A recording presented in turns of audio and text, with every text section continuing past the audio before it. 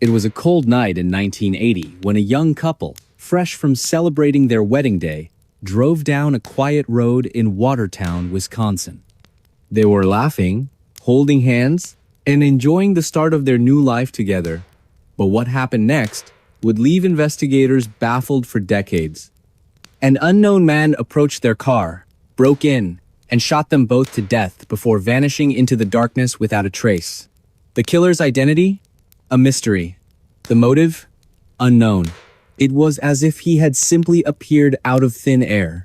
Hey friends, you're in Dreamcatcher Stories, your cozy corner for stories that got lost along the way. Hit me up in the comments and tell me how this one hits you. Now, let's get sneaky and peek behind the curtain. The story begins with a man who lived a double life.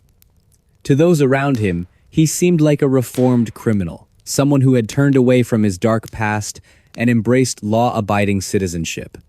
He raised a family, held down steady jobs, and presented himself as a pillar of respectability.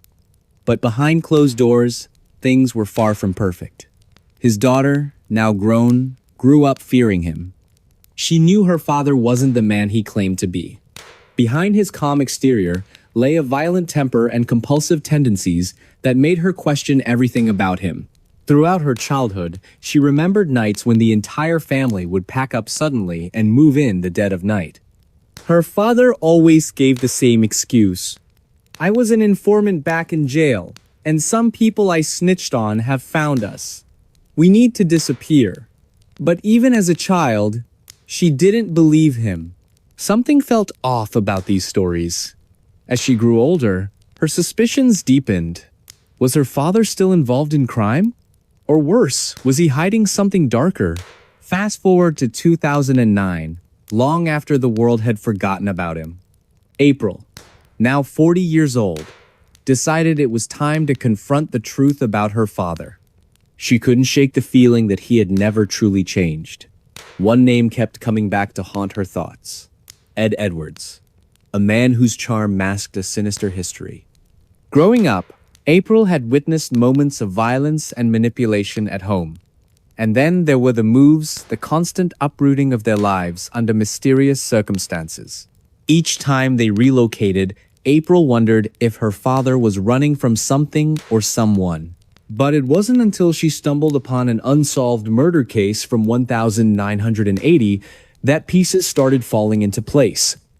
In Watertown, Wisconsin, a town where her family briefly resided, a young newlywed couple had been brutally murdered. Witnesses described the assailant as matching her father's description. This revelation sent chills down April's spine. Could Ed Edwards have been responsible? Acting on instinct, April contacted the Watertown Police Department the very next day. She shared her suspicions and urged them to reopen the investigation. As detectives dug deeper, unsettling patterns emerged. Ed Edwards wasn't just any ordinary man. He was a career criminal with ties to multiple unsolved cases across the United States. From robberies to murders, his trail of destruction spanned decades. Yet, somehow, he managed to evade capture for most of his crimes. That is, until 2009, when DNA evidence finally caught up with him. Investigators linked him to several homicides, including the infamous Happy Face Killer murders, which earned their grim nickname due to Edwards' habit of drawing smiley faces near his victims' bodies. Let's rewind to understand the man behind the mask. Born in the early 20th century, Edwards grew up in poverty, surrounded by hardship. From a young age, he learned to rely on deceit and manipulation to survive. By adulthood, he had honed his skills into a deadly art form. Charismatic yet calculating, Edwards could charm anyone into trusting him, only to betray them later. His ability to blend into society allowed him to operate undetected for years. Even when caught, he often slipped through cracks in the justice system, leaving victims' families desperate for answers. Then came the twist. As authorities pieced together Edwards' criminal profile, they discovered shocking connections between his known crimes and other cold cases. For instance, The Watertown murders weren't isolated incidents, they fit into a larger pattern of violence stretching across state lines. Evidence suggested Edwards traveled extensively, committing crimes wherever he went. Some speculated he may have even trained others in his methods, creating a network of copycat killers. If true, this raised terrifying questions about how many more victims might exist. Public fascination with Edwards' case skyrocketed after details leaked online. True crime enthusiasts flocked to forums, debating whether Edwards acted alone or as part of a broader conspiracy. Among them was Brian Carter, a self-taught programmer who developed algorithms capable of identifying patterns within vast datasets. Using advanced software, he analyzed thousands of archived documents related to Edwards' activities. His findings pointed toward possible links between Edwards and other unsolved crimes nationwide. Could these cases represent extensions of Edwards' work, or were they inspired by media coverage of his exploits? Social media platforms buzzed with theories, ranging from credible analyses to wild speculation. Podcasts dedicated to exploring Edwards' life and crimes attracted millions of listeners eager to solve the riddle themselves. Episodes examining societal factors contributing to his descent into madness resonated strongly with audiences navigating uncertain times. Could such a mind exist today, armed with modern tools and access to classified systems? Host Paul Hayes posed this question rhetorically during the season finale of Time's Unraveling Genius *, leaving listeners pondering implications long after the episode aired. 2 years later, researchers announced they had decoded messages embedded in artwork created during Edwards' incarceration. Sophisticated image recognition software identified recurring themes tied to specific locations and dates corresponding to known events in his life. This revelation suggested Edwards may have left deliberate clues intended to taunt authorities even beyond the grave. Was he playing games right up until the end? Emily Carter, a forensic psychologist assigned to analyze his psychological profile, mused aloud during a private meeting with colleagues. Her voice cracked slightly, betraying exhaustion mixed with awe at the complexity of their subject. Atmosphere shifted dramatically as public interest surged once again. Forums buzzed with discussions, piecing together timelines and debating theories. Conversations ranged from speculative musings to well-researched arguments supported by hard data. One member, Amanda Grant, gained prominence when she identified similarities between Edwards' disappearance and other unsolved cases involving individuals with exceptional intellectual abilities. Her findings prompted renewed scrutiny of potential links between genius minds and clandestine operations. Families affected by similar losses gather annually to honor their loved ones, finding solace in shared memories and unwavering determination. "We won't stop fighting," says Linda Hayes during a memorial service held near North Wales. Her voice cracks with emotion, underscoring the personal stakes involved. And so, the legend persists not merely as a relic of the past, but as a testament to human resilience in the face of incomprehensible evil. And there we go, another memory back from the dark. Don't go too far, I've got more mysteries itching to be told. What do you think happened to Ed Edwards? Let me know in the comments below. Your thoughts matter, and they shape the stories I share next. So go ahead, type it out, and hit send. I'll see you there. It was a quiet Sunday evening in rural Ontario, Canada, on August 15th, 1971. A young man, just 23 years old, is flipping through an old photo album in his cozy living room.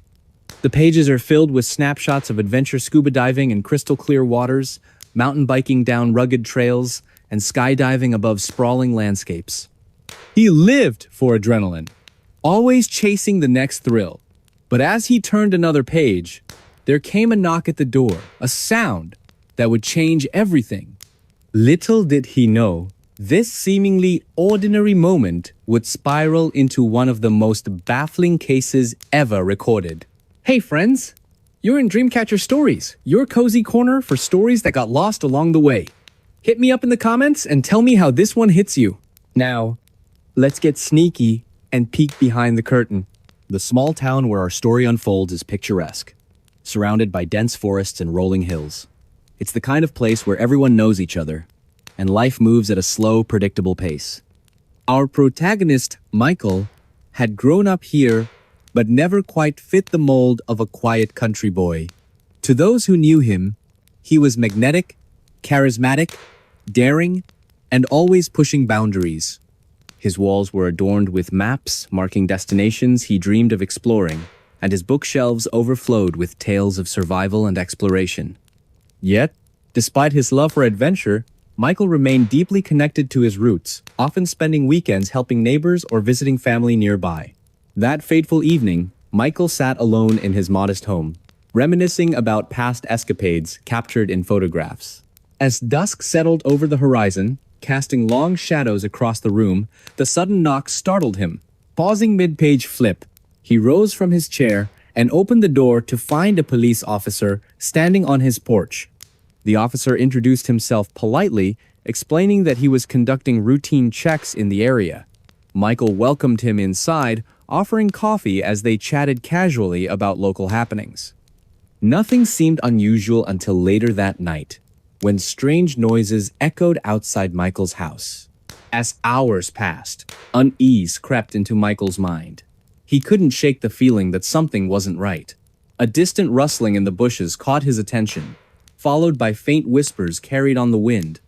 Venturing cautiously toward the window, he peered out into the darkness, squinting against the glare of moonlight filtering through trees. Shadows danced eerily, though no source could be identified. Returning to his seat, Michael tried dismissing the paranoia, convincing himself it was merely fatigue playing tricks on his senses. However, deep down, he knew better. Let's rewind slightly to understand what led us to this point. Earlier that week, rumors began circulating among townsfolk about peculiar occurrences: missing livestock, unexplained footprints left in freshly tilled soil, and eerie lights hovering near forest edges after sunset. Though dismissed initially as superstition or coincidence, these reports grew increasingly frequent, fueling anxiety within the community. Some whispered of ancient legends tied to the land, while others speculated about outsiders trespassing under cover of night. Whatever the truth, fear brewed silently beneath the surface, waiting for a spark to ignite chaos. Back to the present. Dawn broke without incident, leaving Michael relieved yet unsettled. Determined to uncover answers, he decided to investigate further. Armed with binoculars and a flashlight, he ventured into the woods surrounding his property. What he discovered chilled him to the bone: a series of cryptic symbols carved into tree trunks, forming a crude path leading deeper into the wilderness. Each step forward revealed more unsettling details. Discarded items belonging to missing persons, fragments of torn clothing snagged on branches, and hollowed-out animal carcasses arranged ritualistically around makeshift altars. Then came the twist. Upon reaching a clearing bathed in sunlight, Michael stumbled upon a makeshift campsite littered with personal belongings, unmistakably linked to recent disappearances plaguing the region. Among them lay journals detailing macabre rituals performed by someone known only as Mona, a name whispered with equal parts reverence and dread throughout neighboring counties. According to entries scrawled hastily in ink-stained handwriting, Mona claimed descent from a secretive lineage tasked with maintaining balance between worlds unseen. Her methods? Ritualistic executions designed to appease shadowy entities dwelling beyond mortal comprehension. Public fascination skyrocketed once word spread about Michael's findings. True crime enthusiasts flocked to online forums, dissecting every detail uncovered thus far. Podcast hosts like Linda Hayes dedicated entire episodes to unraveling Mona's twisted ideology, drawing parallels between her actions and historical accounts of occult practices dating back centuries. Listeners became armchair detectives, piecing together timelines and debating theories ranging from psychological manipulation to supernatural intervention. One particularly heated discussion centered around whether Mona acted alone or commanded followers operating covertly within plain sight. Fast forward to 2023, and advancements in forensic technology offered fresh insights into the case.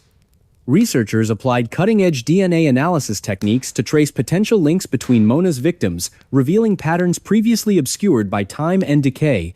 Dr. Emily Grant, a renowned forensic psychologist specializing in criminal behavior, collaborated closely with Detective Mark Thompson, revisiting cold cases potentially connected to Mona's reign of terror. Their investigation extended beyond Ontario, uncovering similar incidents scattered across North America during the same era. Could these crimes represent extensions of Mona's activities, or were they copycat offenses inspired by media coverage of her atrocities?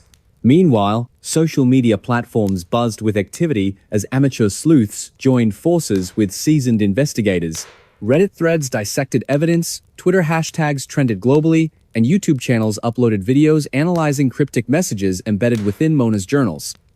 One user, Brian Carter, gained prominence after developing an algorithm capable of decoding hidden patterns within archive materials. His work attracted widespread acclaim, sparking renewed interest in unsolved mysteries long forgotten by law enforcement agencies. Are we looking at isolated incidents or part of something larger? Brian asked during a live Q&A session, prompting nods of agreement from participants.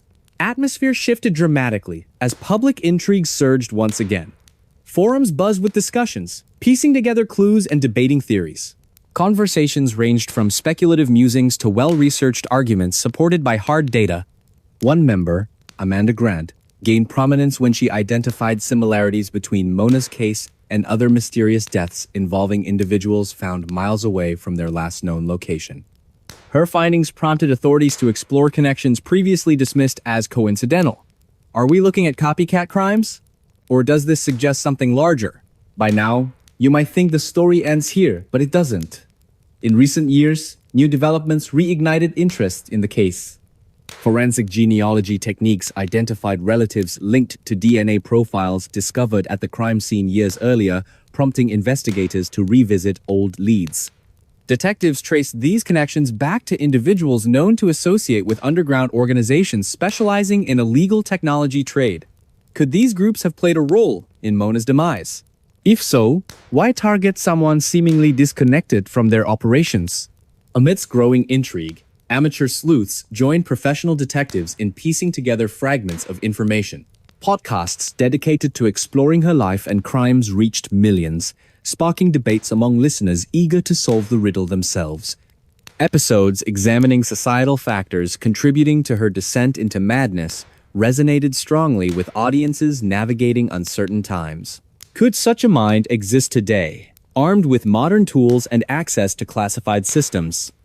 Host Paul Hayes posed this question rhetorically during the season finale of Time's Unraveling Genius *, leaving listeners pondering implications long after the episode aired.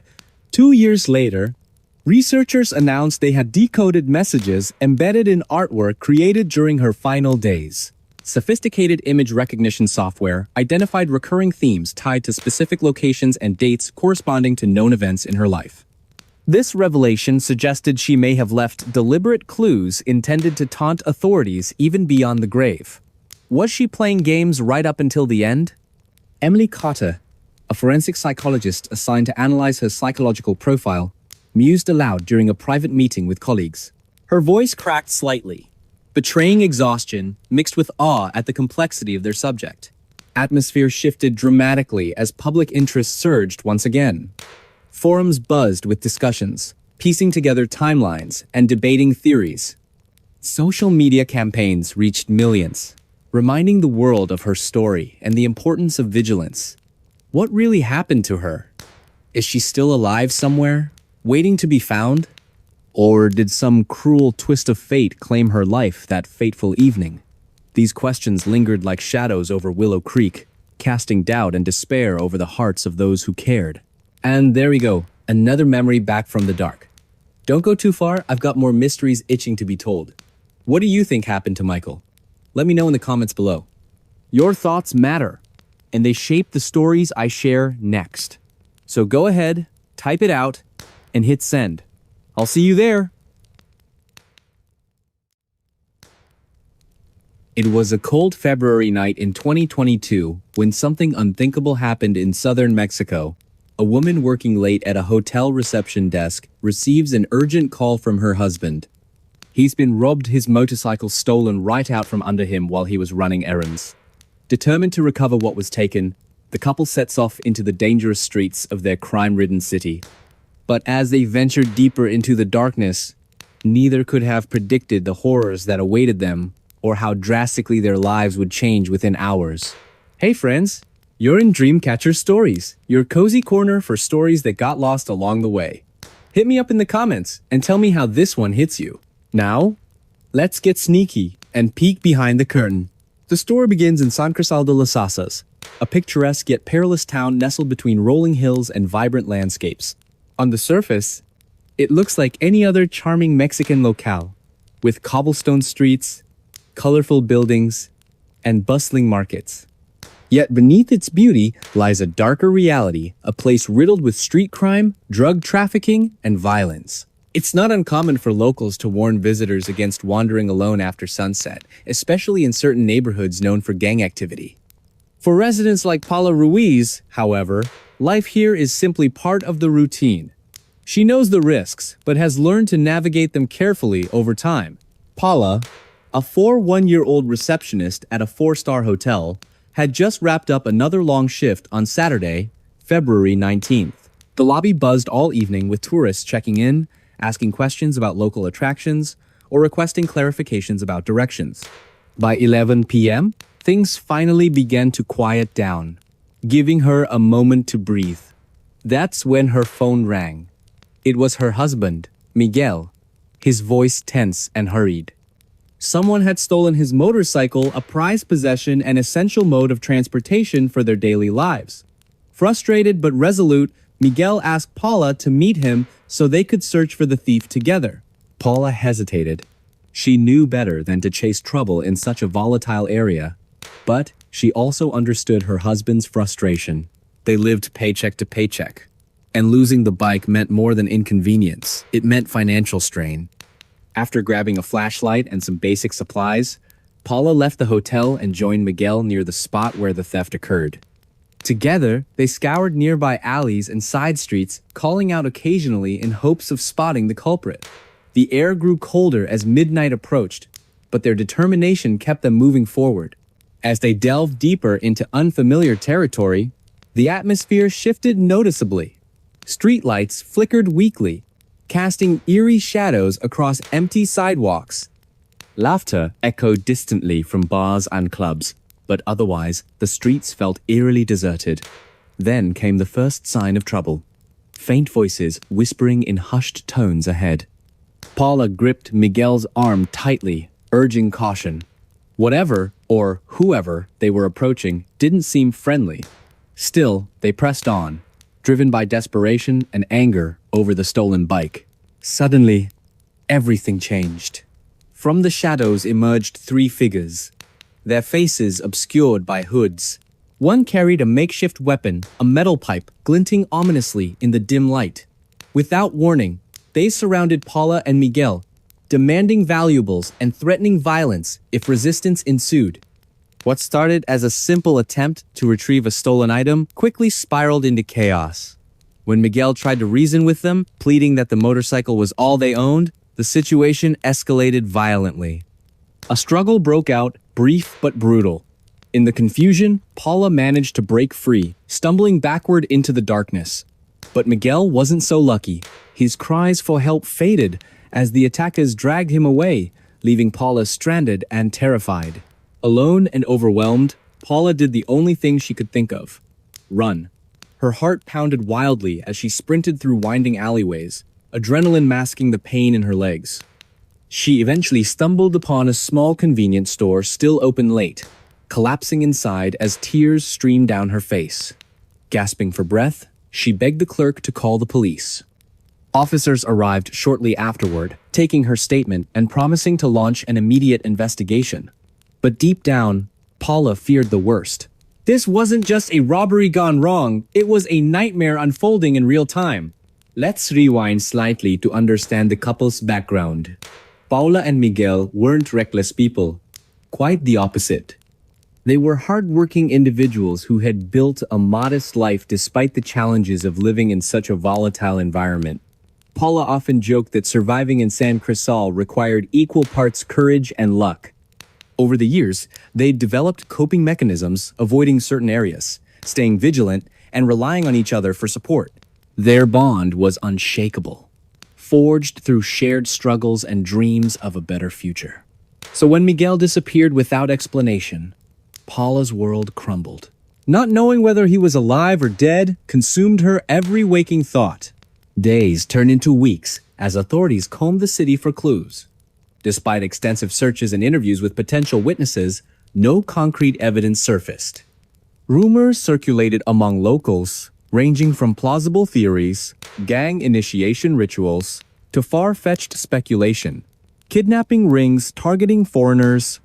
Social media played a significant role in spreading awareness, with amateur detectives dissecting details posted online. Some suggested Miguel might have crossed paths with someone involved in organized crime. Others pointed to the prevalence of human trafficking in the region, speculating that victims were often targeted indiscriminately. Each theory added layers of complexity to an already baffling case. Meanwhile, Paula found herself trapped in limbo. Unable to focus on work or sleep peacefully, she spent countless nights replaying the events of that fateful evening in her mind. Friends and family rallied around her, offering emotional support and practical assistance. But nothing could fill the void left by Miguel's absence. As weeks stretched into months, hope dwindled. The once bustling household fell silent, save for the occasional sound of Paula sobbing quietly in her room. Her grief became a constant companion, shadowing her every move. Then came the twist. Nearly 6 months later, a breakthrough emerged. Investigators discovered a lead linking Miguel's disappearance to a series of unsolved crimes involving missing persons in the same vicinity.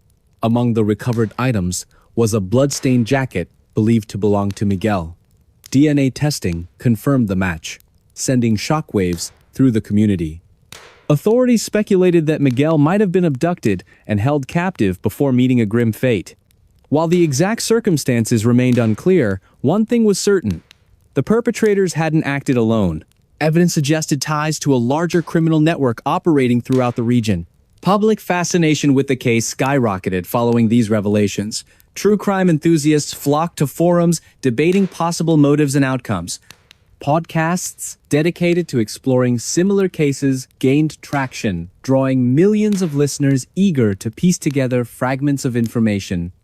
Episodes examining societal factors contributing to high crime rates resonated strongly with audiences navigating uncertain times. Could such tragedies happen anywhere? Host Paul Hayes posed this question rhetorically during the season finale, leaving viewers pondering implications long after the final episode aired. 2 years later, researchers announced they had decoded messages embedded in graffiti found near suspected crime scenes. Using sophisticated image recognition software, analysts identified recurring themes tied to specific locations and dates corresponding to known incidents. This revelation suggested the criminals may have left deliberate clues intended to taunt authorities even beyond capture.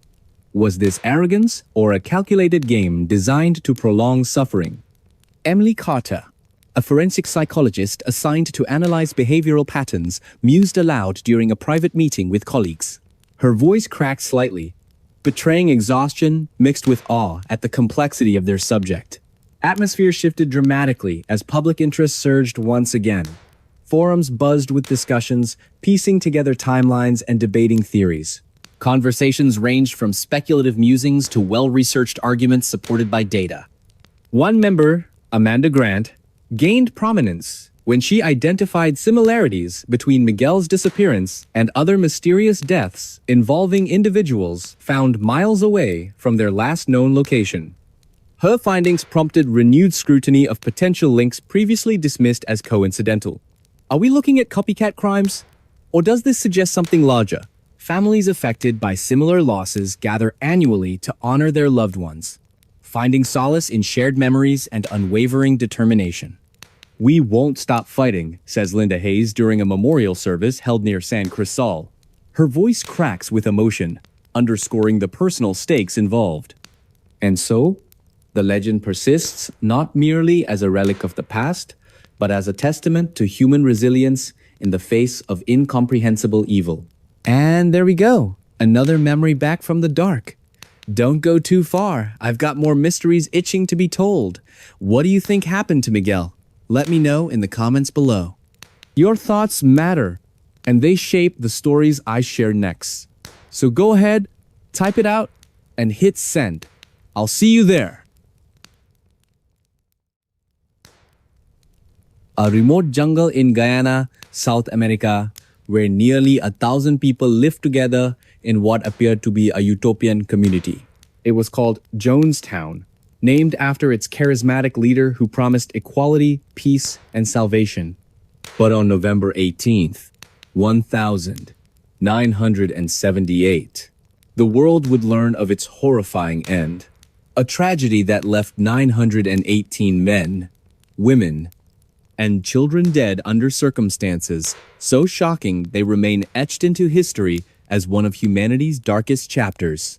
What happened in those final hours, and why did it spiral out of control?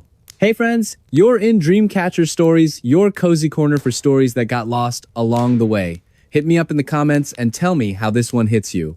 Now, let's get sneaky and peek behind the curtain. The story begins in San Francisco during the late 1960s. A preacher with magnetic charm rose to prominence, captivating followers with his promises of racial harmony, social justice, and spiritual enlightenment. He spoke passionately about creating a better world free from oppression, drawing in thousands of devoted believers. At first glance, he seemed like an advocate for change, someone fighting against inequality and injustice. Yet beneath his polished exterior lay a manipulative mind capable of bending reality to fit his narrative. By the mid-1970s, scrutiny grew around his organization. Media outlets began investigating allegations of financial fraud, physical abuse, and psychological manipulation within the group. Fearing exposure, the leader decided to relocate his followers to a compound deep in the jungles of Guyana, far away from prying eyes. There, he claimed, they could build their paradise, a self-sufficient agricultural project designed to shield them from societal corruption. To outsiders, it sounded idyllic. To insiders, it became something else entirely. Jonestown wasn't just isolated geographically, it was cut off mentally and emotionally. Life inside the compound revolved around strict rules enforced by armed guards. Followers worked tirelessly under harsh conditions, often deprived of food or sleep. Questioning authority wasn't tolerated. Dissenters faced public humiliation or worse. Over time, paranoia seeped into every aspect of life. The leader frequently warned residents that enemies lurked everywhere, ready to destroy their dream. His speeches grew increasingly apocalyptic, painting a bleak picture of persecution and betrayal. Then came the turning point.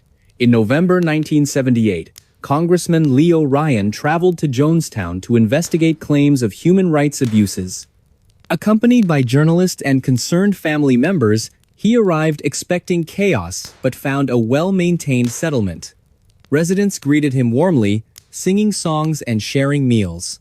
For a moment, it seemed the reports were exaggerated, but cracks soon surfaced. Several defectors approached Ryan, pleading for help to escape. As tensions escalated, gunfire erupted at the airstrip where the delegation prepared to leave. Ryan and 4 others were killed instantly. Back at Jonestown, panic set in. The leader knew the massacre would draw global attention, exposing everything he had worked so hard to conceal. In response, he gathered everyone in the central pavilion, delivering a chilling speech about their impending doom. According to survivors, he convinced residents that suicide was the only way to avoid capture and torture at the hands of their enemies.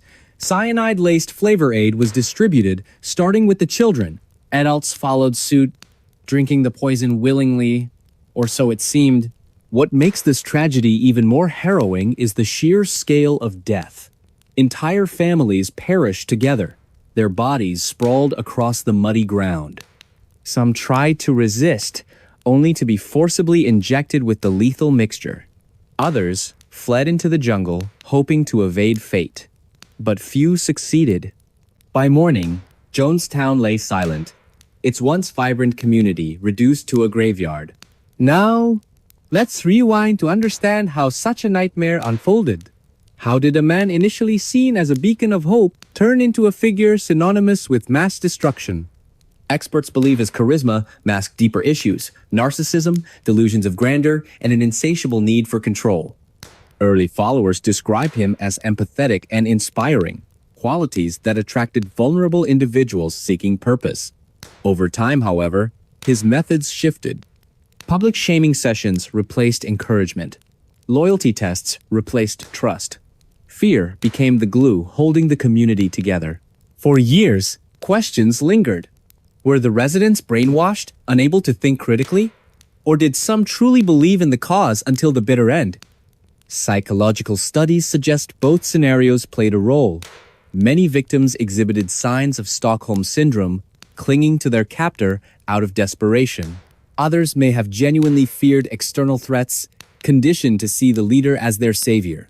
Regardless of motive, the outcome remains devastating, a stark reminder of how easily idealism can curdle into fanaticism. As news spread, shockwaves rippled worldwide. Journalists scrambled to piece together timelines, uncovering disturbing details about life in Jonestown. Audio recordings revealed chilling conversations between the leader and his inner circle, discussing everything from murder-suicide plans to perceived conspiracies. Letters smuggled out by defectors painted grim portraits of daily existence, detailing starvation, beatings, and constant surveillance. Each revelation added layers to the tragedy, forcing society to confront uncomfortable truths about blind faith and unchecked power. Fast forward to modern times, and technology offers new insights. Advances in forensic science allow researchers to analyze remains buried hastily after the massacre. DNA testing connects victims to surviving relatives, bringing closure to families torn apart decades ago. Meanwhile, amateur sleuths comb through archives, piecing together fragments overlooked by official investigations. One researcher, Brian Carter, gained fame developing algorithms to decode patterns hidden within survivor testimonies. His findings sparked renewed interest, prompting discussions about cult dynamics and prevention strategies. Social media plays a pivotal role in keeping memories alive. Platforms like Reddit and YouTube host forums dedicated to exploring unanswered questions.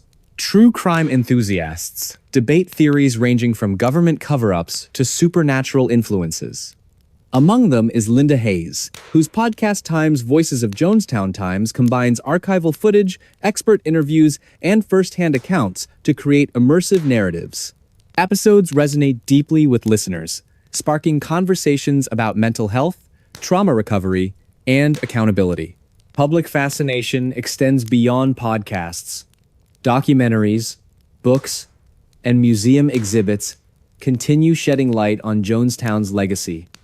In 2023, a groundbreaking study analyzed personality traits common among cult leaders, identifying warning signs useful for intervention efforts. Researchers emphasized education as a key tool, urging communities to recognize red flags before situations escalate. These initiatives reflect growing awareness and determination to prevent future tragedies. But here's the twist. Despite overwhelming evidence pointing to manipulation and coercion, doubts persist. Some argue certain aspects don't align with traditional cult behavior. Why, for instance, did highly educated professionals join willingly? Could external pressures have influenced decisions? While no definitive answers exist, these queries highlight complexities inherent in understanding human nature. Consider this. Survivors recount hearing whispers long after the massacre, rumors of secret documents, hidden funds, even covert operations involving foreign governments. Though unsubstantiated, such tales fuel speculation, blurring lines between fact and fiction. Are we looking at isolated incidents or part of a larger conspiracy? Investigators struggle to separate truth from myth, hampered by incomplete records and conflicting testimonies. Meanwhile, psychologists study behavioral patterns exhibited by participants, hoping to identify vulnerabilities exploited by leaders. Findings suggest susceptibility stems from factors like isolation, fear, and cognitive dissonance. But broader implications raise unsettling questions. If ordinary people can commit extraordinary atrocities, What does that say about us? Can anyone truly claim immunity from influence? As years pass, additional developments emerge. In 2025, archaeologists unearth artifacts near the original site, offering glimpses into daily life. Tools, clothing, and personal belongings provide tangible connections to those lost. Exhibitions showcasing these items travel globally, reminding audiences of resilience amidst despair. Families affected gather annually to honor loved ones, finding solace in shared grief and unwavering resolve. Through it all, one truth stands clear. Jonestown represents more than a single event. It symbolizes humanity's capacity for both cruelty and compassion. For every answer uncovered, new mysteries arise. For every step forward, obstacles loom large. Yet through perseverance, understanding transcends generations, binding us together in pursuit of peace and resolution. And there we go.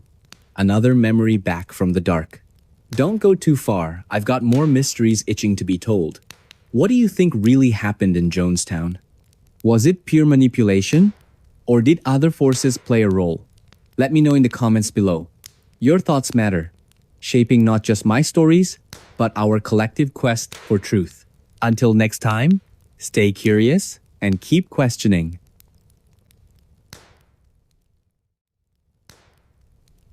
It was a cold January morning in 1984 when something truly inexplicable happened in Daytona Beach, Florida.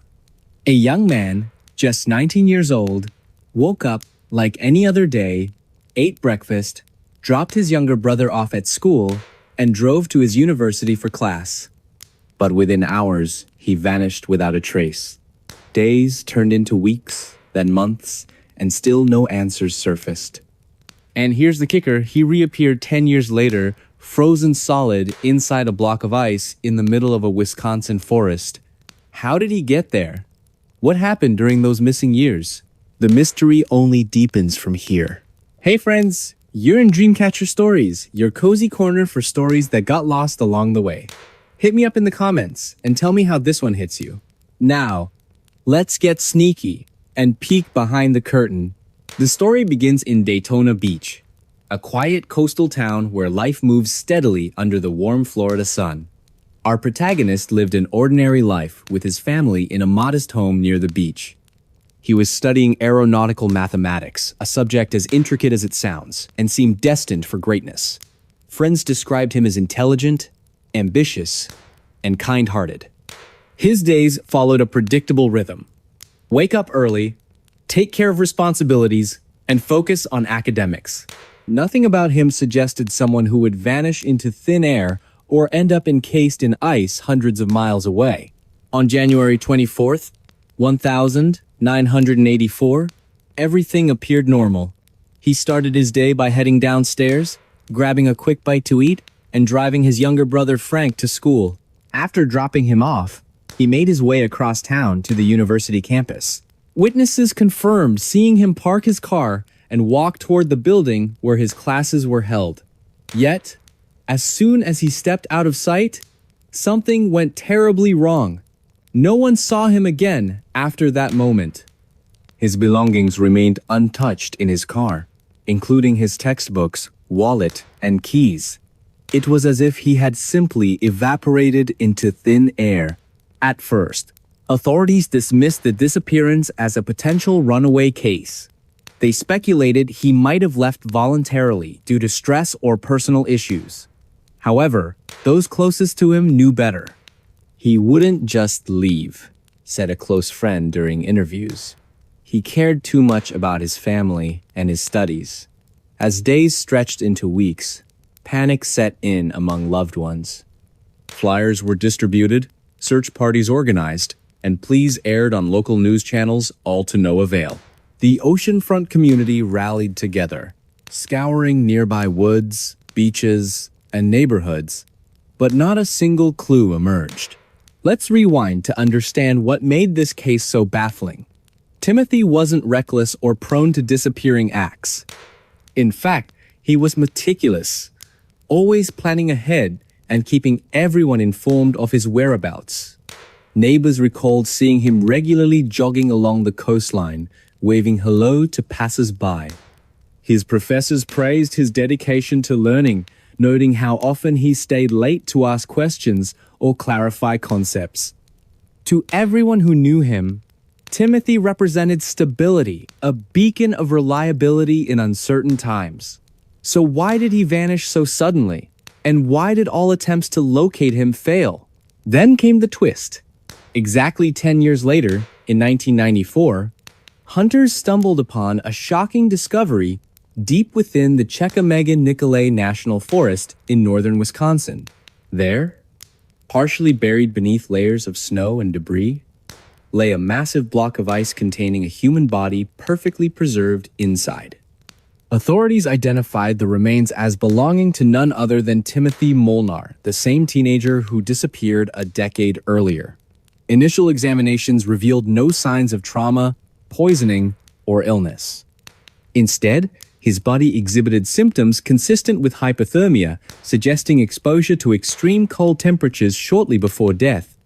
But how did he travel over 1,300 miles from Florida to Wisconsin?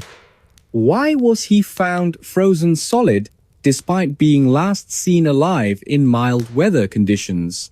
As investigators delved deeper into the case, they uncovered anomalies that defied logical explanation. For instance, Timothy's clothes showed no signs of wear or tear, indicating he hadn't wandered far once exposed to freezing temperatures. Additionally, dental records confirmed the body belonged to Timothy, yet certain details didn't align with known timelines. One theory posited he may have fallen victim to foul play, possibly kidnapped and transported against his will. Others speculated involvement from covert government operations experimenting with cryogenic technology. Whatever the truth, evidence pointed toward events far stranger than anyone could have imagined. Public fascination with the case skyrocketed almost overnight. True crime enthusiasts flocked to online forums, dissecting every detail available while debating possible explanations. Social media platforms buzzed with theories ranging from credible analyses to wild speculation. Among them was Brian Carter, a self-taught programmer who applied advanced algorithms to decode patterns hidden within archived materials related to similar disappearances nationwide. His findings drew widespread attention, suggesting connections between Timothy's case and broader criminal networks operating throughout rural America during the same period. Are we looking at isolated incidents or part of something larger? Meanwhile, amateur sleuths joined professional detectives in piecing together fragments of information. Podcasts dedicated to exploring Timothy's life and disappearance reached millions, sparking debates among listeners eager to solve the riddle themselves. Episodes examining societal factors contributing to such tragedies resonated strongly with audiences navigating uncertain times. Could such a mind exist today, armed with modern tools and access to classified systems?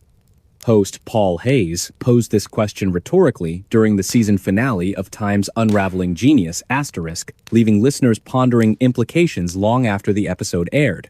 Fast forward to 2023, and advancements in forensic technology offer unprecedented opportunities for analyzing large data sets related to Timothy's case.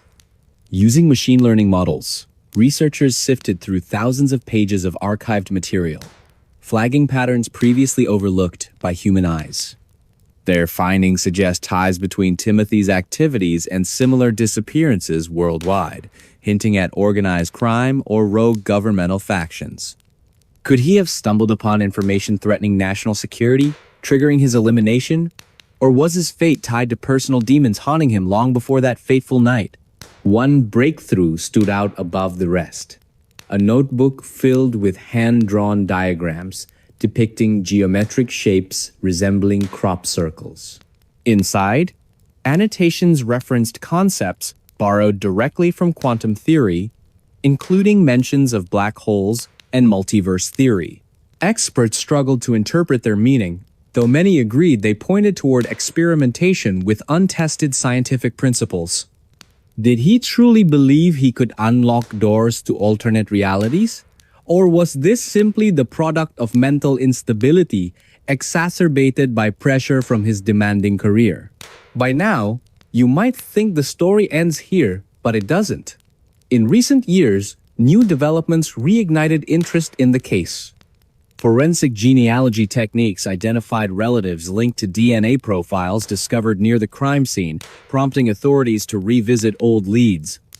Investigators traced these connections back to individuals known to associate with underground organizations specializing in illegal technology trade. Could these groups have played a role in his death? If so, why target someone seemingly disconnected from their operations? Amidst growing intrigue, amateur sleuths joined professional detectives in piecing together fragments of information. Podcasts dedicated to exploring his life and crimes reached millions, sparking debates among listeners eager to solve the riddle themselves. Episodes examining societal factors contributing to his descent into madness resonated strongly with audiences navigating uncertain times. Could such a mind exist today, armed with modern tools and access to classified systems? Host Paul Hayes posed this question rhetorically during the season finale of Time's Unraveling Genius *, leaving listeners pondering implications long after the episode aired. 2 years later, researchers announced they had decoded messages embedded in artwork created during his final days. Sophisticated image recognition software identified recurring themes tied to specific locations and dates corresponding to known events in his life. This revelation suggested he may have left deliberate clues intended to taunt authorities even beyond the grave. Was he playing games right up until the end? Emily Carter, a forensic psychologist assigned to analyze his psychological profile, mused aloud during a private meeting with colleagues. Her voice cracked slightly, betraying exhaustion mixed with awe at the complexity of their subject. Atmosphere shifted dramatically as public interest surged once again. Forums buzzed with discussions, piecing together timelines and debating theories. Conversations ranged from speculative musings to well-researched arguments supported by hard data. One member, Amanda Grant, gained prominence when she identified similarities between his disappearance and other unsolved cases involving individuals with exceptional intellectual abilities. Her findings prompted renewed scrutiny of potential links between genius minds and clandestine operations. Families affected by similar losses gather annually to honor their loved ones, finding solace in shared memories and unwavering determination. "We won't stop fighting," says Linda Hayes during a memorial service held near North Wales. Her voice cracks with emotion, underscoring the personal stakes involved. And so, the legend persists not merely as a relic of the past, but as a testament to human resilience in the face of incomprehensible evil. And there we go, another memory back from the dark. Don't go too far, I've got more mysteries itching to be told. What do you think happened to Timothy? Let me know in the comments below. Your thoughts matter, and they shape the stories I share next. So go ahead, type it out, and hit send. I'll see you there.